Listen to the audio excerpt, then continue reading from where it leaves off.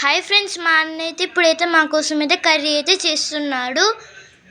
First అయితే ఎగ్స్ని అయితే ఫ్రై లాగైతే చేశాడు. అలాగే ఇప్పుడు పచ్చిమిర్చిని అయితే కట్ చేసి మొత్తంగా అయితే పెనంలోకి అయితే తీసేసుకున్నాడు. మొత్తం దాంట్లో అయితే కొంచెం నూనె పోసి ఆ తర్వాత ఆనియన్ అయితే వేసి మంచిగా అయితే అవి ఎల్లోయిష్ కలర్లో వచ్చేటట్టు అయితే మంచిగా అయితే కలుపుకున్నాడు.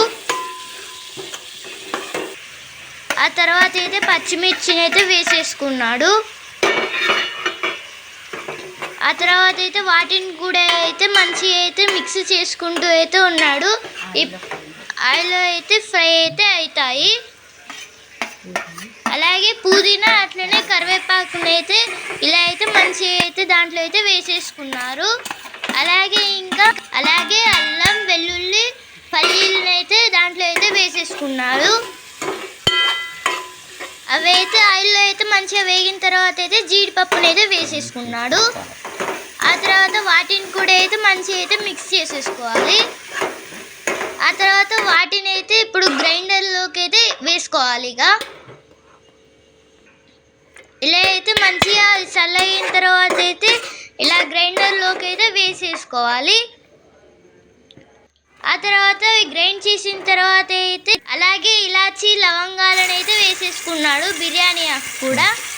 ఇప్పుడు ఏదైతే పేస్ట్ లాగిందో దాన్ని అయితే దాంట్లోకి అయితే ఈ పెన్నంలోకి అయితే వేసేసుకున్నాడు.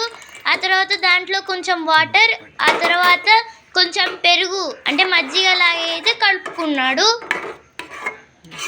కలుపుకున్న తర్వాత అయితే ఉప్పు కారం అయితే సరిపోయిన అంటే మసాలా అయితే వేసేసుకుంటారు. ఆ తర్వాత అయితే ఎగ్ అయితే వేసేసింది మా మమ్మీ అయితే. ఆ తర్వాత అయితే మళ్ళీ ఆ కర్రీ అయితే ఏముందో ఆ గ్రేవీని అయితే మొత్తం ఎగ్స్ పైకి అయితే అంటే ఆ ఎగ్స్ లోపలికి వెళ్ళేటట్టు అయితే మంచిగా అయితే చేసేసుకున్నారు. ఆ తర్వాత దాంట్లో అయితే కస్తూరి మేతిని అయితే వేసేసుకున్నారు. ఆ తర్వాత దాన్ని అయితే మంచిగా అయితే కలుపుకోవాలి. ఇలా కలుపుకున్న తర్వాత అయితే మన రెసిపీ అయితే తయారైనట్టే. ఓకేనా ఫ్రెండ్స్, ఇదైతే ప్రాసెస్. బాయ్.